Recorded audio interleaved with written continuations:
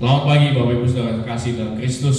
Shalom. Salam damai sejahtera untuk kita semua dimanapun kita berada. Bersyukur untuk hari ini kita masih boleh mengadakan suatu ibadah sekalipun melalui online, yang percaya Tuhan menyertai setiap kehidupan kita.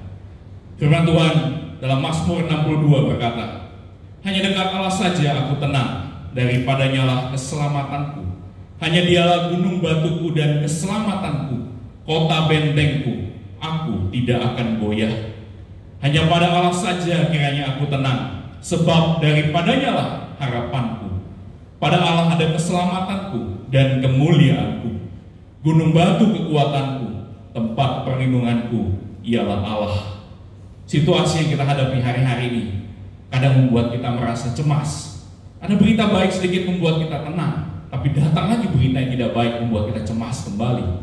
Firman Tuhan yang baru kita baca menegaskan bahwa ketenangan yang sejati hanya ada dalam Kristus. Oleh sebab itu, mari kita taruh pengharapan kita hanya kepadanya. Kita siapkan hati kita untuk memulai ibadah pada pagi hari ini. Naikkan satu pujian, sungguh indah bersamamu. Hanya dekat Allah saja hati kita tenang. Dia menyertai jalan kita sepanjang kehidupan kita. Hanya dekat Allah ada kekuatan baru. Dia perlindungan, dia keselamatan, dia Allah yang sungguh mengasihi setiap kita.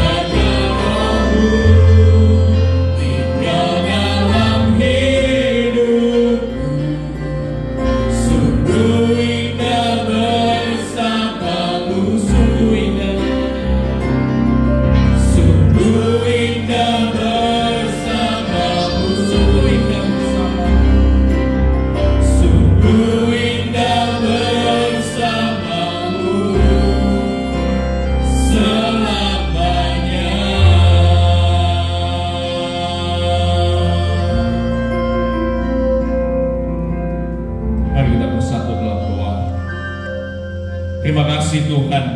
Pujian ini adalah pernyataan iman kami di hadapan-Mu. Hanya dekat Allahku, rasa tenang hatiku. Hanya dekat padamu kami semua mendapatkan ketenangan yang sejati yang berasal daripada Tuhan. Pada Tuhan ada kekuatan baru yang menyertai setiap langkah kehidupan kami sebagai anak-anak Tuhan di masa-masa ini. Kami berserah kepadamu ya Tuhan. Kami tetap bersyukur apapun keadaan yang Tuhan percayakan kepada kami. Kami kena percaya kami tidak menjalaninya sendirian, karena ada tangan Tuhan yang selalu menyertai kami. Terima kasih Tuhan untuk hari ini kami masih boleh ibadah online. Tuhan menyucikan setiap kami, menguduskan, mengampuni segala dosa kami, sehingga hari ini kami boleh layak menghampiri tahta kudus-Mu, menyembah Tuhan, mendengarkan firman Tuhan, dan terlebih hari ini kami menerima sakramen perjamuan kudus yang kembali mengingatkan kami akan kasih Tuhan yang begitu besar untuk setiap kami. Terima kasih Tuhan. Kami berdoa dimanapun kami berada, hadirat Tuhan dinyatakan, ada penghiburan, ada kekuatan, ada nasihat dari Tuhan yang menjadi petunjuk kehidupan kami. Terima kasih Bapa, kami serahkan ibadah kami dari awal hingga selesainya pada hari ini di dalam nama Tuhan Yesus Kristus, Tuhan dan Juru Selamat kami yang hidup. Haleluya. Amin. Hari-hari ini di tengah situasi kecemasan yang ada banyak orang yang tiba-tiba kehilangan makna hidupnya. Kenapa bisa demikian? Karena mungkin orang dunia menaruh makna hidupnya pada apa yang ada di dunia. Namun tidak demikian dengan setiap kita anak-anak Tuhan. Karena sebagai anak-anak Tuhan, makna hidup kita bukan didasarkan pada apa yang ada di dunia ini, tapi didasarkan pada iman kita kepada Kristus di dalam kekekalan. Hidup kita semua bermakna, berarti sebab Allah sungguh mengasihi kita, dan Dia Allah yang hidup. Dia Allah yang mati, Dia Allah yang bangkit untuk kita semua. Naikkan pujian ini dengan penuh sukacita, sebab Dia hidup.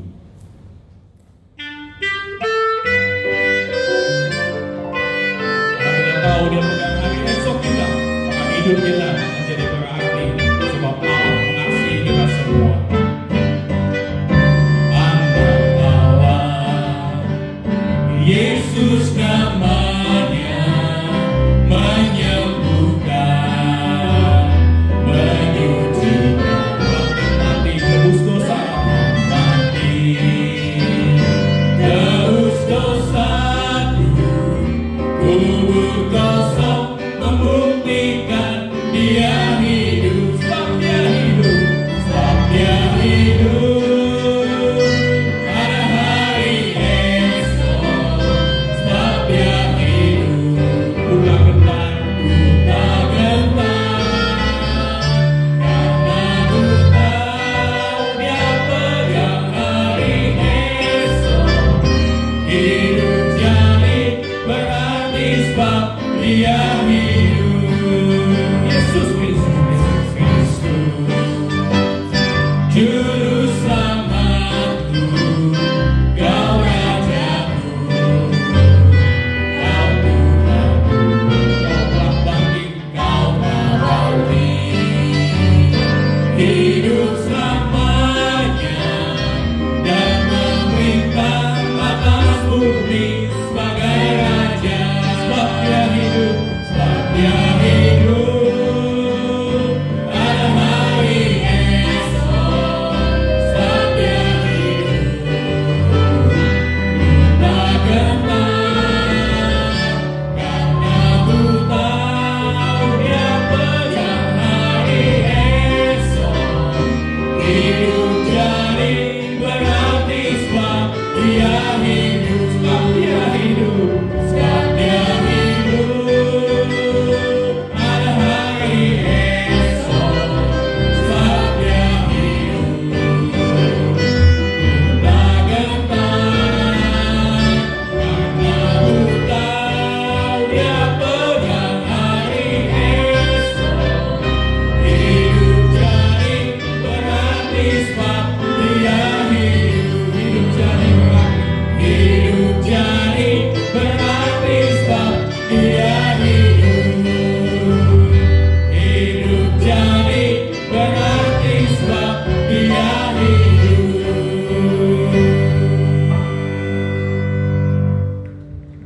Hidup kita semua berarti sebab Allah hidup. Allah mengasihi kita.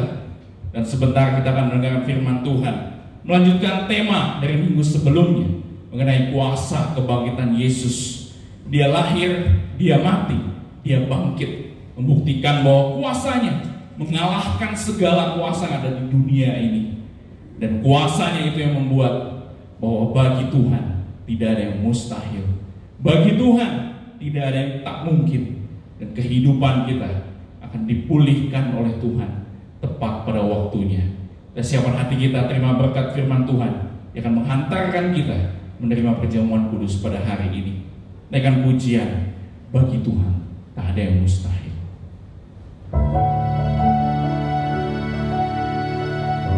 Kita yakin pada firman-Nya, kita meraih kemenangan saat Tuhan bertindak, dan hidup kita semua ditentukan oleh Tuhan.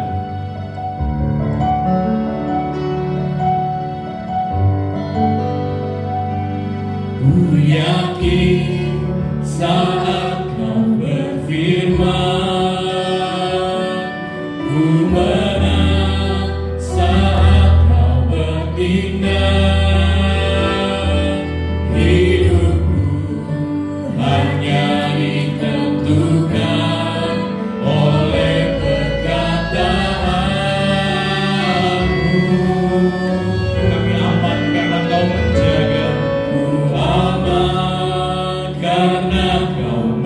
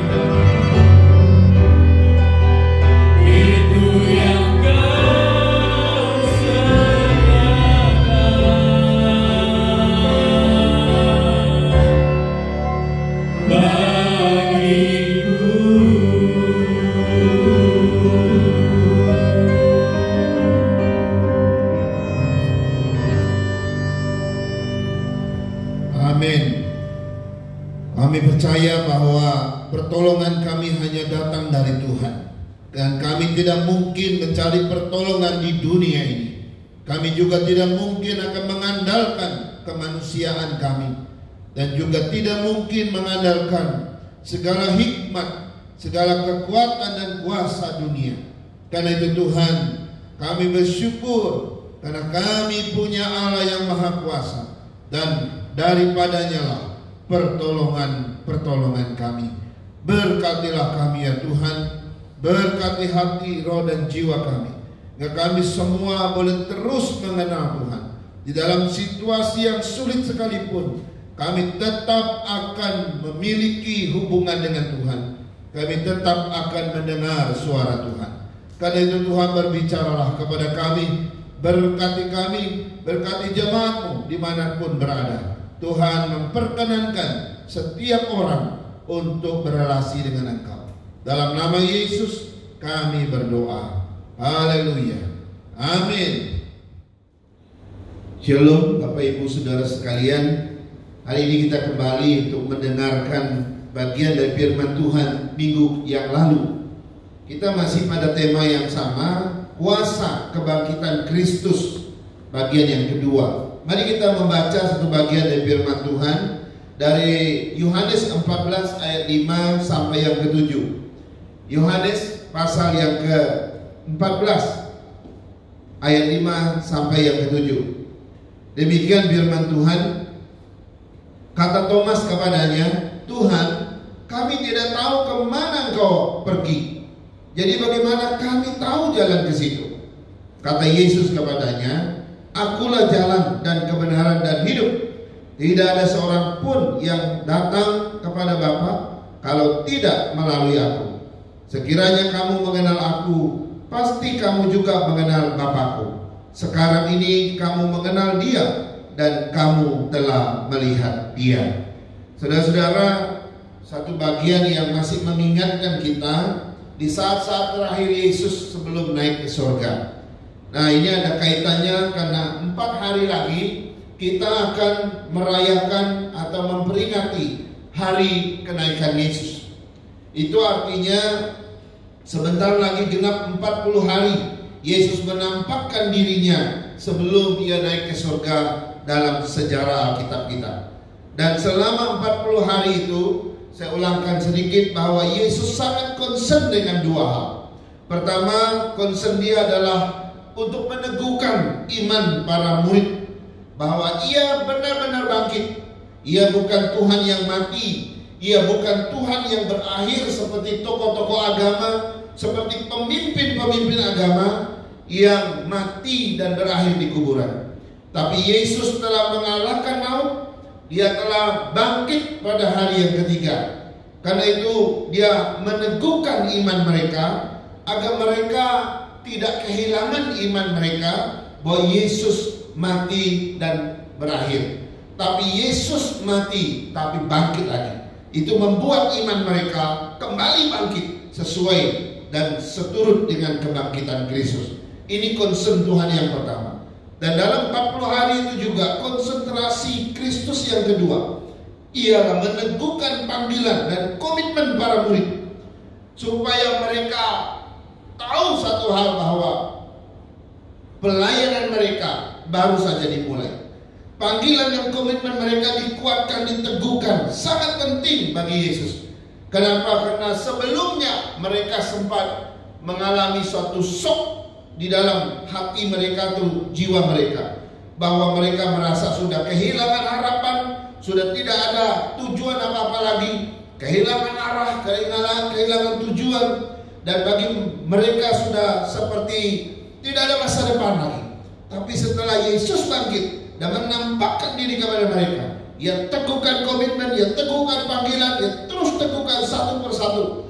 Kita tahu waktu Dia ketemu dengan Thomas yang sangat ragu, yang tak percaya, Yesus membuktikan bahwa Ia bangkit di hadapan Thomas. Sampai akhirnya Thomas yakin luar biasa. Kemudian kita tahu Dia ketemu juga dengan Petrus yang pernah Engkau lihat 3 kali. Dia juga pernah ketemu dengan Yakobus secara pribadi. Kemudian dengan 2 orang sekaligus dan terus menerus sampai 500 orang. Dan semua mereka diteguhkan pada abad pertama itu. Saudara-saudara, sebelum kebangkitan Kristus, ya mereka sempat mengalami satu kehilangan arah. Tapi setelah kebangkitan Kristus, para murid akhirnya berubah dan mereka memiliki iman yang luar biasa. Pelayanan mereka berapi-api dengan penuh keberanian dan komitmen mereka kepada Kristus tidak lagi komitmen sementara, tapi komitmen setia sampai mati. Hampir semua murid kita tahu bahwa mereka mati secara martir, kecuali Yohanes yang mati dalam damai dalam usia tua. Nah, di sini kita melihat Bapak Ibu bahwa dalam kebangkitan Kristus ada seperti satu kuasa yang sanggup mengubah hidup seseorang. Ada seperti suatu kekuatan yang mampu mengarahkan arah hidup seseorang. Ada seperti suatu kuasa yang bisa memutarbalikkan tujuan hidup seseorang. Nah, inilah yang saya sebut dengan kuasa kebangkitan Kristus. Saudara-saudara, pertanyaannya adalah apa saja kuasa dari kebangkitan Kristus itu yang diberikan kepada kita, ya? Atau kuasa apa saja yang kita peroleh dari kebangkitan Kristus itu? Alkitab mencatat ada banyak hal-hal yang dibangkitkan, tapi minggu lalu saya sudah bilang ada dua hal yang kita peroleh, yang kita lihat di dalam bagian-bagian Alkitab, bahwa ada dua kuasa yang kita dapatkan di dalam kehidupan kita sejak kebangkitan Kristus. Nah, yang minggu lalu kita sudah mendengar yang pertama yang disebut dengan kuasa untuk hidup yang baru. Saudara-saudara, di dalam firman Tuhan minggu lalu kita sudah mendengar bahwa ketika Yesus bangkit, maka dia berikan satu kuasa kepada para murid dan seluruh pengikutnya, yaitu kuasa untuk hidup yang baru. Mereka sebelum Yesus bangkit, mereka sebelumnya adalah orang-orang yang diikat dengan segala ikatan dunia, ikatan dosa dan sebagainya. Tetapi setelah Yesus datang ke dunia ini dan mati di kayu salib, maka ada pilihan kedua. Ya, pilihan kedua. Kalau dulu kita hidup dalam ikatan dosa, hidup di dalam kehidupan dunia ini, begitu Yesus datang, dia mati dan bangkit, dia memberi alternatif hidup yang kedua, yaitu hidup di dalam anugerah Tuhan. Saudara-saudara, nah ini yang saya sebut dengan hidup yang baru. Sehingga untuk memperoleh hidup yang baru, engkau harus meninggalkan hidup yang lama. Untuk memiliki hidup yang baru, engkau harus meninggalkan dan melepaskan hidup yang lama. Nah, ini jelas sekali, saudara. Nah, proses penukaran kedua kehidupan yang berbeda ini, atau proses penggantian kedua kehidupan yang berbeda ini, hanya bisa terjadi di dalam Kristus, tidak bisa terjadi di luar Kristus. Karena itu kita bersyukur, karena dari kebangkitan Kristus engkau punya alternatif yang kedua. Hidup yang lama kau boleh tinggalkan, hidup yang baru kau boleh kejar, kau boleh dapatkan. Dan itu kau hanya bisa dapatkan di dalam Kristus. Karena itu saudara, ketika Yesus bangkit, dia memberikan kuasa untuk hidup yang baru. Hidup kita diubahkan, hidup kita diperbaharui. Kita tidak lagi menjadi budak dosa, kita tidak lagi menjadi budak iblis, kita tidak lagi menjadi budak dunia ini. Tapi hidup kita telah diarahkan dan setujuan dengan Tuhan, seturut kehendak Tuhan. Yang lama ditinggalkan, yang lama telah dikuburkan bersama dengan kematian Kristus. Nah, ini sudah kita renungkan minggu yang lalu. Sekarang hari ini kita akan melihat kuasa kehidupan apa yang kita dapatkan dari kebangkitan Kristus yang kedua, yaitu kuasa untuk berjalan mengikut Yesus. Kuasa untuk berjalan mengikut Tuhan Yesus. Saudara-saudara, mari kita baca Yohanes 14 ayat 5 sampai 7 tadi. Di situ Thomas berkata kepada Tuhan. Thomas bertanya kepada Yesus, "Tuhan, kami tidak tahu kemana Engkau pergi. Jadi bagaimana kami bisa tahu jalan ke situ?" Ini ayat yang kelima. Saudara, apa yang saya bacakan tadi itu sebenarnya adalah sepenggal dari dialog Yesus dengan murid-muridnya menjelang Yesus naik ke surga.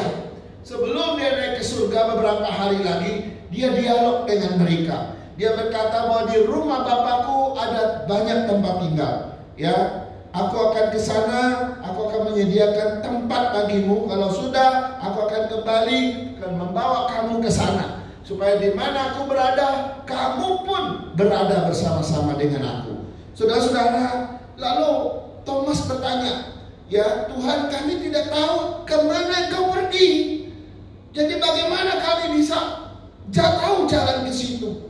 Saudara-saudara, ini yang menarik bahwa perkataan Thomas ini sebenarnya mewakili kebanyakan manusia bertanya, ya, kemana kami bisa ikut Tuhan? Bagaimana kita bisa ikut Tuhan? Ya, Yesus memberitahukan kepada mereka bahwa sebentar lagi kamu akan tahu. Dan Thomas bertanya kepada Yesus tadi, Tuhan, kami tidak tahu kemana Engkau pergi. Jadi bagaimana kami bisa tahu jalan ke situ? Pertanyaan Thomas ini mewakili kita semua. Ya, kalau kita nggak tahu tujuan, bagaimana kita bisa tahu jalan? Ini dua hal yang sering menjadi konflik bagi kita. Ya, kalau kita nggak tahu mau kemana, terus bagaimana saya tahu jalan ke sana? Saya rasa kita juga akan bertanya seperti Thomas, Tuhan, bagaimana kami bisa mengikut Engkau kalau kami tidak tahu jalan ke sana? Saudara-saudara, beberapa tahun yang lalu saya ada satu pengalaman. Kami mengikuti pertemuan, ya, keluarga Kalimantan di Cilengsi, daerah Cilengsi sana. Ya, waktu mencari alamat itu setengah mati sampai akhirnya ketemu Bapak Ibu. Nah, setelah selesai pertemuan, kami mau pulang. Waktu mau pulang, saya bingung mau lewat mana, karena saya sudah nggak tahu jalan keluarnya. Saya tahu kami sudah masuk begitu jauh. Lalu saya tanya, saya mau cari tol yang terdekat untuk pulang ke kota, ke Jakarta. Lalu mereka coba menjelaskan kepada saya nggak tahu bagaimana caranya. Mereka bilang ini ke sini, saya juga nggak ngerti. Lalu tiba-tiba ada seorang bapak bilang, oke, kalau begitu bapak ikut saya kurang lebih ke arah situ kok. Nanti saya belok, nanti bapak lurus saja. Oke, saya ikut dia, Bapak Ibu. Jadi waktu kita keluar, dia di depan, saya di belakang, terus konvoy begitu. Tapi karena padat sekali dan banyak sekali lampu merah, tiba-tiba kami kehilangan mereka. Dan cari-cari, kejar-kejar sudah nggak tahu. Mungkin dia sudah belok, saya berusaha kenceng, udah nggak ketemu lagi mobil itu. Lalu kami akhirnya jalan aja nggak tahu gimana, sambil tanya-tanya orang. Tahu-tahu Bapak Ibu saya tersesat jauh sekali. Tembusnya di mana? Tembusnya di Jakarta Selatan. Saudara, kalau saya nggak tahu tujuan saya, pasti saya juga bergumul bagaimana saya bisa tahu jalan ke situ.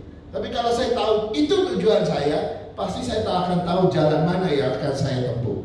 Saudara, ini pada umumnya orang akan bertanya begitu. Ketika Yesus bilang aku akan pergi, lalu Thomas langsung bertanya, bagaimana kami bisa ikut Engkau ke sana kalau kami tidak tahu jalan ke sana? Saudara, ini adalah suatu pertanyaan yang lumrah, karena Thomas yakin dia nggak tahu tujuan Yesus ke mana, lalu jalan ke tujuan itu dia juga nggak tahu. Nah, untuk menjawab Thomas, jawaban Yesus menjadi satu kalimat yang luar biasa. Dia akan memberitahukan jalan itu kepada Thomas yang bertanya kepada dia. Yesus akhirnya berkata, akulah jalan, kebenaran, dan hidup. Tidak ada seorang pun yang bisa sampai kepada Bapa kalau tidak melalui aku. Ini kata-kata Yesus, saudara. Saudara, dari kata-kata ini atau kalimat ini, kita melihat ada dua hal yang menarik. Yang pertama, bahwa di dalam Yesus ada satu tujuan. Di dalam Yesus ada satu destinasi akhir, yaitu surga. Yang kedua, di dalam Yesus ada jalan menuju ke situ. Di dalam Yesus ada cara untuk mencapai tujuan itu, yaitu diri Yesus sendiri. Nah, karena itu saudara, ini menjadi satu pergumulan. Bagaimana saya bisa ke sana kalau aku nggak tahu jalannya? Sekarang Yesus bilang, akulah jalannya. Kalau aku adalah jalannya, maka melalui Yesuslah satu-satunya jalan untuk bisa ke sana. Tapi pergumulan kedua adalah bagaimana aku bisa ikut Yesus, mampukah aku berjalan bersama Yesus, mampukah aku mengiring perjalanan Yesus. Ini pertanyaan yang sulit untuk dijawab. Karena pergumulan kita untuk mengiring Tuhan itu gak mudah. Karena itu saudara, ada satu hal yang menarik bahwa ketika Yesus bangkit dari kematiannya, Dia memberikan kuasa untuk siapapun juga untuk bisa mengikut Yesus, berjalan mengiring Yesus. Dan ini adalah pergumulan kita. Saudara, banyak orang berpikir mereka sedang berjalan menuju ke surga. Ya, banyak orang berpikir mereka sedang berjalan, sedang menuju kepada Tuhan Allah di surga. Padahal sebenarnya jalan yang mereka lewatin itu salah. Karena kalau tujuannya ke surga tapi jalannya salah, gak mungkin sampai ke surga. Tujuannya benar tapi jalan ke sananya gak benar, gak mungkin bisa sampai ke sana. Karena itu banyak orang di dunia ini yang merasa aku sedang menuju ke surga, tapi jalan yang dia tempuh salah. Nah, karena itu kita makin bingung lagi. Kenapa? Karena selain Yesus bilang akulah jalan, dunia ini juga menawarkan jalan yang banyak kepada kita. Ada banyak jalan yang alternatif yang dunia sedang tawarkan kepada kita. Saudara-saudara, kita sering mendengar ungkapan yang berkata banyak jalan menuju Roma. Ya, kalau kita konsepkan jalan menurut dunia ini, Bapak Ibu, paling tidak kita menemukan 3 konsep tentang jalan. Yang pertama itu banyak jalan, satu tujuan. Yang kedua, satu jalan, banyak tujuan. Jadi konsep jalan yang kedua yang ditawarkan oleh dunia ini. Yang ketiga yang ditawarkan oleh dunia ini adalah banyak jalan, banyak tujuan. Bapak Ibu bisa tahu perbedaannya di mana? Banyak jalan, satu tujuan. Tapi satu jalan, banyak tujuan. Sebaliknya ya. Dan yang ketiga, banyak jalan, banyak tujuan. Ini jalan yang ditawarkan oleh dunia. Beda dengan yang ditawarkan oleh Yesus. Nanti kita akan lihat. Apa arti yang dimaksudkan oleh konsep-konsep dunia ini? Yang pertama, jika banyak jalan, satu tujuan. Ini seperti ungkapan tadi, banyak jalan menuju ke Roma. Artinya, untuk bisa sampai ke Roma, orang bisa lewat barat, orang bisa lewat timur, bisa utara, bisa selatan. Yang penting sampai ke Roma. Betul ya? Artinya hanya ada satu jalan, satu tujuan, yaitu surga. Tapi jalan ke surga itu banyak, gitu ya. Kalau kita boleh realkan lagi, surganya satu, tapi jalan ke surga itu banyak. Ya, orang Hindu lewat kepercayaan Hindu ke sana, orang Muslim lewat kepercayaan Muslim ke sana, orang Buddhis lewat kepercayaan Buddhis ke sana, dan orang kepercayaan kebatinan juga lewat kepercayaan mereka pergi ke sana. Banyak jalan, tapi surganya satu. Apakah konsep ini sesuai dengan Alkitab? Tidak, saudara. Yang kedua, konsep yang ditawarkan oleh dunia kepada kita adalah satu jalan, banyak tujuan. Wah, ini lebih membingungkan lagi. Bagaimana mungkin bisa satu jalan tapi banyak tujuan? Hanya ada satu jalan tapi destinasinya macam-macam gitu. Nah, ada banyak hal yang bisa kita refleksikan di bagian ini. Oke, banyak orang bilang, saya mau ikut jalan Yesus, saya mau ikut Yesus. Tapi tujuanmu apa? Belum tentu satu tujuannya Yesus. Tapi mungkin itu tujuannya dia, dan macam-macam tujuan dia. Saudara, hari ini ada banyak orang memanfaatkan Tuhan Yesus. Ya, kalau kau punya bermacam-macam masalah, jawabannya cuma satu, Yesus. Kalau kau ingin kaya, lewat Yesus. Kalau kau ingin sembuh, cari Yesus. Kalau kau ingin sukses, cari Yesus. Kalau kau ingin dapat jabatan, cari Yesus. Semua persoalan jawabannya cuma satu. Saudara, benarkah ini berdasarkan konsep Alkitab? Ini juga keliru. Betul bahwa Yesus jawaban, tapi ketika kita menjadikan dia alat untuk mencapai banyak tujuan saya, keegoisan saya, Saya tidak lagi ikut kehendak Tuhan. Saudara, ini bukan jalan yang ditawarkan oleh Yesus kepada kita.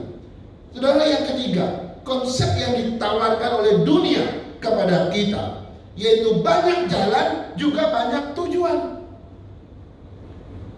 Makin membingungkan lagi. Kalau yang pertama tadi banyak jalan satu tujuan, satu jalan banyak tujuan. Sekarang banyak jalan banyak tujuan. Jadi artinya apa? Orang bisa lewat agamanya masing-masing ke surganya masing-masing. Jadi surga orang Kristen gak sama dengan surganya orang Muslim. Surganya orang Muslim gak sama dengan surganya orang Buddhis. Surganya orang Buddhis gak sama dengan surganya orang Hindu. Semua punya surga yang beda-beda menurut konsep dunia ini. Saudara-saudara, ini juga gak sesuai dengan kitab suci kita. Kenapa? Karena konsep jalan seperti ini bukanlah yang seperti ditawarkan Yesus. Karena itu konsep jalan yang diajarkan oleh Alkitab beda dari yang ketiga ini. Konsep jalan yang ditawarkan oleh Alkitab adalah satu jalan, satu tujuan. Karena itu Yesus bilang, "Akulah jalan. Tidak ada seorang pun bisa sampai kepada Bapa, satu Bapa itu, kalau tidak melalui aku." Satu jalan, satu tujuan. Nah, ini yang diajarkan oleh Alkitab. Saudara-saudara, surga hanya ada satu. Jalan ke sana juga cuma hanya ada satu, yaitu lewat Yesus. Karena itu kau butuh kuasa untuk bisa mengiring Yesus. Kau butuh kuasa untuk bisa mengikut Yesus. Kau butuh kuasa untuk bisa menapaki perjalanan tapak Yesus. Kau gak mungkin bisa jalan tanpa Yesus. Kau harus butuh kuasa untuk bisa terus setia taat ikut Yesus sampai kepada tujuan yang satu itu.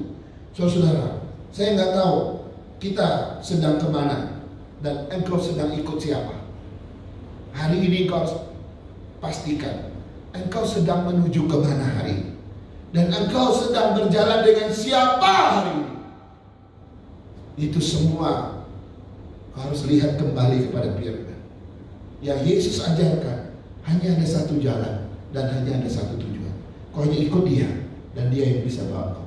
Karena itu kau butuh kuasa untuk hidup berjalan bersama Kristus, untuk berjalan dengan setia mengiringi Yesus sampai kepada destinasi akhir kita. Saudara-saudara, ini satu hal yang sangat-sangat penting dalam kehidupan kita. Karena itu saya berharap kita semua berjalan mengikut Yesus. Kita semua berjalan mengiringi Yesus dan menuju pada satu tujuan itu, yaitu hidup yang kekal. Karena Yesus dengan lantang membuat kalimat ini, "Akulah jalan, kebenaran, dan hidup. Tidak ada seorang pun yang bisa sampai kepada Bapa kalau tidak melalui aku." Kebangkitan Kristus memberikan engkau kuasa untuk mengiringi Yesus. Kebangkitan Kristus memberikan engkau kuasa untuk berjalan bersama Kristus. Dan kebangkitan Kristus memberikan engkau kuasa untuk bisa menghadapi apapun bersama Yesus sampai pada destinasi akhir. Kuasa kebangkitan Kristus telah memberikan dan menyediakan kuasa itu kepada kita, agar engkau di dunia ini tetap bisa berjalan. Kalau hanya karena COVID-19 lalu kau bilang, Yesus tak punya kuasa. Yesus, saya tidak percaya. Kalau Yesus itu Tuhan, COVID-19 kenapa belum berhenti? Kalau betul Yesus ada, berkuasa menyembuhkan segala penyakit, kenapa COVID-19 nggak berhenti-berhenti? Sudah banyak yang menubuatkan tanggal 27 Maret akan berhenti, ternyata makin besar, makin banyak membunuh orang. Ada yang bilang pada April akan berakhir, ternyata masih juga. Sekarang udah tembus 13.000. Saudara, kalau itu yang membuat engkau tidak beriman lagi kepada Kristus, mari kita lihat apa pernyataan Yesus. Akulah jalan, kebenaran, dan hidup. Kalau kau pegang kalimat Yesus ini, mau COVID-19, mau COVID-20, mau COVID-21, mau COVID-22 dan seterusnya, saya nggak tahu ada COVID yang lain yang lebih hebat lagi. Kalau kau mengikut Yesus, berjalan bersama Dia, tidak usah khawatir. Kau akan lewat semua, kau akan pergi dan tetap tetap sampai pada destinasi akhir kita. Kiranya Tuhan memberkati dan menolong kita. Hari Kamis kita akan merayakan kenaikan Kristus, dan kuasa kebangkitan Kristus bagian yang ketiga. Kita akan lihat satu di situ, di mana kuasa diberikan pada kita supaya kita bisa memberitakan Injil, melayani Tuhan. Mari kita berdoa. Kami bersyukur dan berterima kasih ya Allah, karena kami boleh merenungkan sebagian dari firman-Mu. Hari ini kami boleh melihat hal yang kedua, bahwa sesungguhnya sejak kebangkitan-Mu, kuasa untuk hidup yang baru telah kami dapatkan. Yang kedua, kuasa untuk mengikut Tuhan, mengiring Tuhan sampai akhir juga sudah Engkau berikan. Karena itu Tuhan, kami tidak akan berpaling lagi daripada-Mu. Kami akan terus dengan setia berjalan bersama Kristus sampai akhir. Sebab kami tahu Dia satu-satunya jalan yang pernah dipertanyakan oleh Thomas, dan Dia juga satu-satunya destinasi terakhir, yaitu surga di mana Ia berada. Berkati kami Tuhan, apapun ancaman di dalam dunia ini, apapun ketakutan-ketakutan kami, tidak akan pernah menggeserkan harapan ini Tuhan. Jika kami berjalan bersama Kristus, kami tetap akan dijamin untuk bisa tiba di surga mulia, destinasi terakhir yang Tuhan Yesus sediakan bagi setiap umatnya. Kuatkan setiap jemaat-Mu dimanapun berada, agar kami tetap kuat berpegang pada Tuhan dan Yesus sebagai juru selamat kami. Sudah final bagi kami, apa yang Dia katakan telah menjadi bagian dari komitmen dan iman kami semua. Terima kasih Tuhan. Berkati hamba-Mu, berkati semua jemaat Tuhan. Pelihara kami semua dan tumbuhkan iman kami. Kembangkan mental kekristenan kami, spiritual kami, agar kami semakin kuat berjalan bersama Tuhan. Dalam nama Yesus kami berdoa. Amin. Bapak Ibu, mari kita siapkan hati kita untuk menerima sakramen perjamuan kudus pada siang hari ini.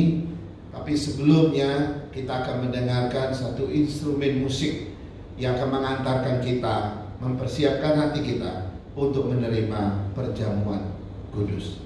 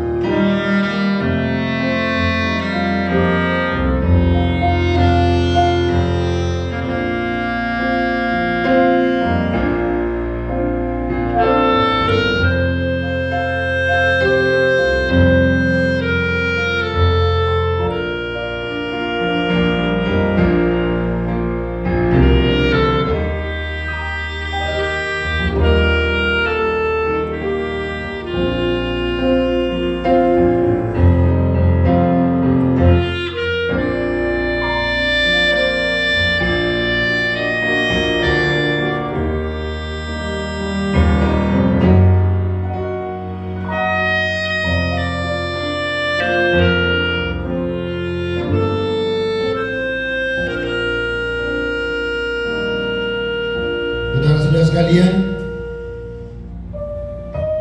mari kita siapkan hati dan jiwa kita untuk menerima sakramen perjamuan kudus. Sebab itu marilah kita mendengar terlebih dahulu pengajaran Tuhan tatkala perjamuan kudus ditetapkan. Rasul Paulus berkata kepada orang-orang Kristen di Korintus dalam dalam suratnya pertama Korintus 11 ayat 23 sampai 30 demikian. Sebab apa yang telah kuteruskan kepadamu telah kuterima dari Tuhan, yaitu bahwa Tuhan Yesus pada malam waktu Ia diserahkan mengambil roti, dan sesudah itu Ia mengucap syukur atasnya. Ia memecah-mecahkannya dan berkata, "Inilah tubuhku yang diserahkan bagi kamu. Perbuatlah ini menjadi peringatan akan aku." Demikian juga Ia mengambil cawan sesudah makan, lalu berkata, "Cawan ini adalah perjanjian baru yang dimeteraikan oleh darahku. Perbuatlah ini setiap kali kamu meminumnya, menjadi peringatan akan aku. Sebab setiap kali kamu makan roti ini dan minum cawan ini, kamu memberitakan kematian Tuhan sampai Ia datang. Jadi barang siapa dengan cara yang tidak layak makan roti atau minum cawan Tuhan, ia berdosa terhadap tubuh dan darah Tuhan. Karena itu hendaklah tiap orang menguji dirinya sendiri, dan baru sesudah itu ia makan roti dan minum dari cawan itu. Karena barang siapa makan dan minum tanpa mengakui tubuh Tuhan, ia mendatangkan hukuman atas dirinya sendiri. Mari kita mengoreksi hati kita. Kita siapkan hati kita untuk menerima perjamuan suci. Roti yang menyimbolkan tubuh Tuhan yang dihancurkan bagi kita, dan anggur yang menjadi simbol bagi darah Kristus yang dicurahkan, semuanya untuk pengampunan dosa kita dan demi keselamatan kita. Sebelum kita berdoa, mari kita naikkan pujian ini. Salib hina, di bukit Golgota tampaklah salibnya. Di bukit Golgota tampaklah salibnya, tanda hidup dan derita. Yesus anak Allah, besarlah kasih-Nya, rela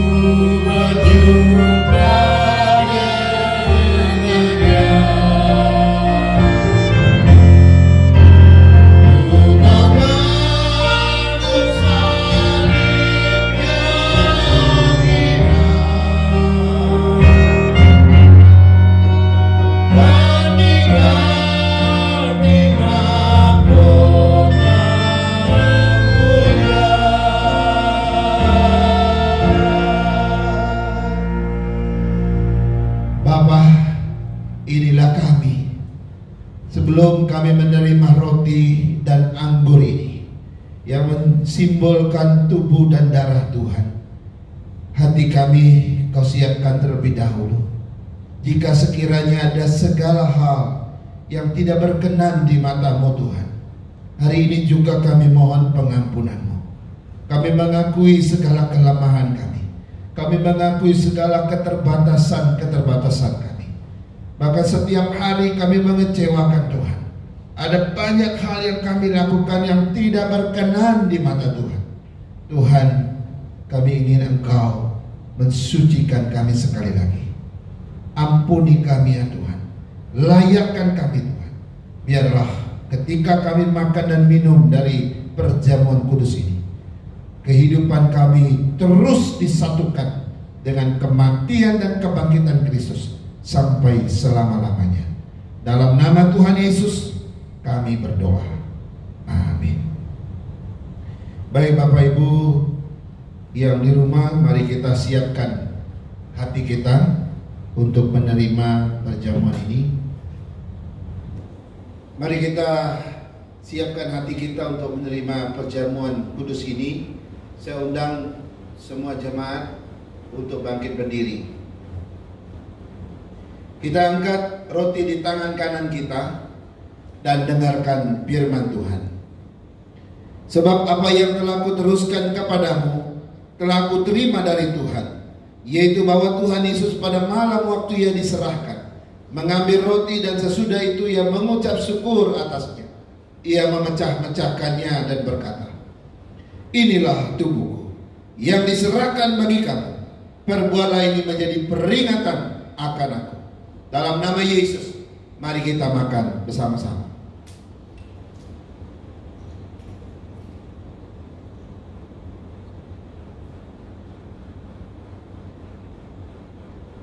Kita angkat cawan di tangan kanan kita dan dengarkan firman Tuhan.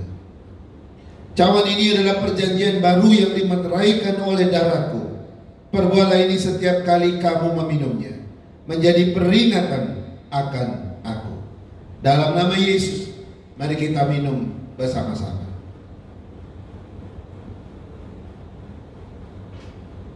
Mari kita berdoa. Betapa hati kami bersyukur ya Tuhan, karena peristiwa 2000 tahun yang lalu Engkau mati bagi kami. Tubuhmu dihancurkan, darahmu dicurahkan demi pengampunan dan keselamatan hidup kami. Seharusnya kamilah yang binasa, seharusnya kamilah yang dihukum oleh dosa. Tapi hari ini Engkau telah memberikan anugerah yang terbesar bagi kami, sehingga ketika Engkau naik di kayu salib itu, maka kami semua dibebaskan. Terima kasih Tuhan. Terima kasih Tuhan atas anugerah kasih karunia yang luar biasa ini. Kami boleh hidup dengan sukacita, kami boleh hidup dengan damai sejahtera, dan kami boleh hidup dengan penuh harapan. Karena Kristus yang mati, Kristus yang bangkit, akan berjanji juga akan membawa kami ke surga di tempat Engkau berada. Berkati setiap jemaat-Mu dengan pergumulan mereka masing-masing di rumah. Apapun itu Tuhan, hari ini Engkau berikan mereka ketenangan. Sebab dengan kematian dan kebangkitan-Mu, mereka memiliki kuasa untuk mengiring Tuhan, kuasa untuk berjalan bersama dengan Kristus. Kami serahkan upacara perjamuan suci yang telah kami lakukan ini demi kekuatan, penghiburan, dan kesembuhan bagi setiap kami. Biarlah berkat perjamuan suci ini terus Kau limpahkan bagi kehidupan kami, dan kami boleh terus memberitakan kematian Tuhan sampai Ia datang. Dalam nama Yesus kami berdoa. Amin. Bapak Ibu boleh meletakkan gelasnya masing-masing. Mari kita akan akhiri ibadah kita, naikkan pujian doksologi, lalu itu kita akan terima doa berkat.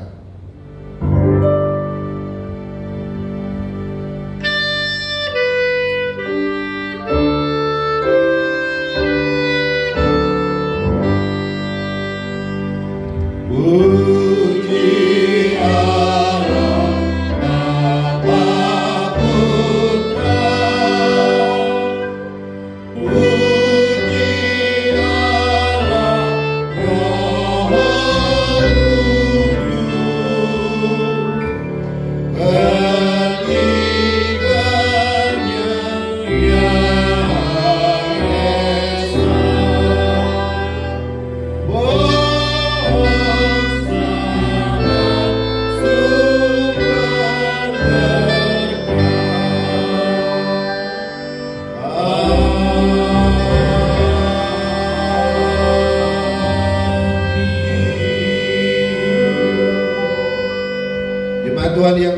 kasihi, mari kita kembali ke tempat kita masing-masing. Kita hadapi kehidupan kita dengan satu komitmen bahwa kita akan berjalan dengan setia mengiring Tuhan sampai pada kesudahannya.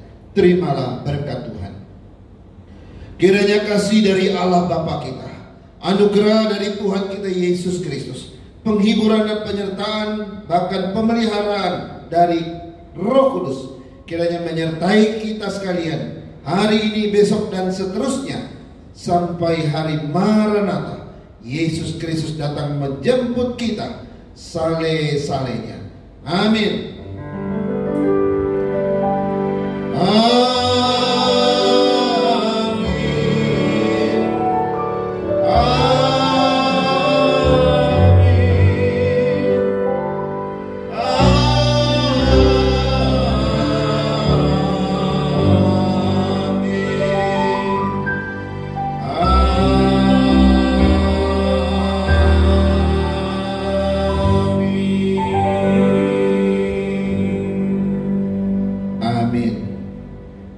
Selesai saat teduh. Tuhan Yesus memberkati. Selamat hari Minggu.